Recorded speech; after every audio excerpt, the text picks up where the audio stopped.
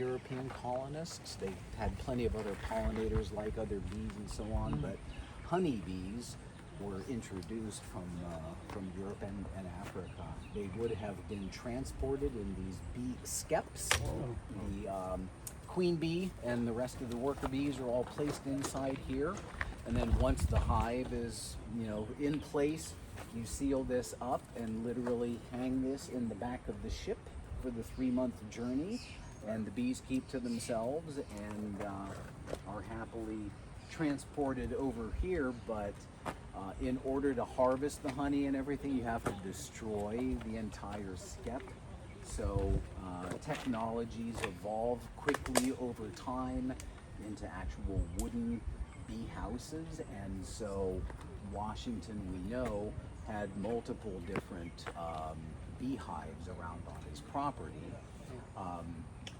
When you are harvesting, mostly you're using the honey for consumption, and this was a lot less expensive than sugar, which was very expensive, very challenging to process. But what you would actually make most of your money in beekeeping was the beeswax. So once you've harvested all of the honey, the comb is left, and so you melt the comb.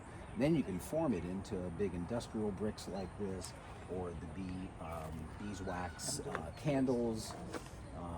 This is extending a person's work day by a few hours.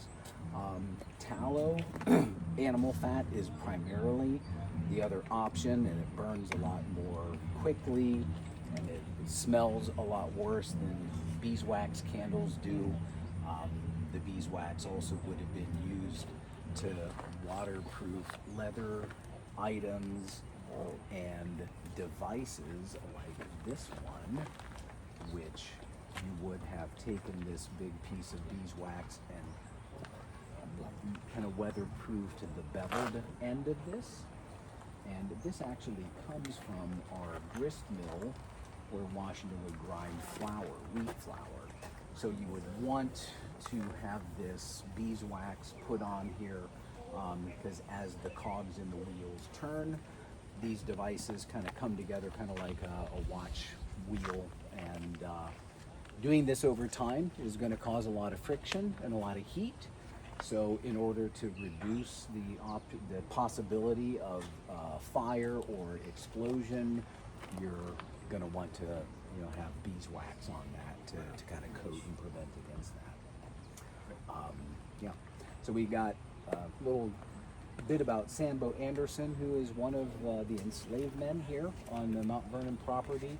He's a very entrepreneurial guy. He is assigned as a carpenter, but in his free time, he is also going out along the property and harvesting bees and harvesting the honey. And so we actually have a record written that he sold about 15 gallons of honey to Washington in his free time.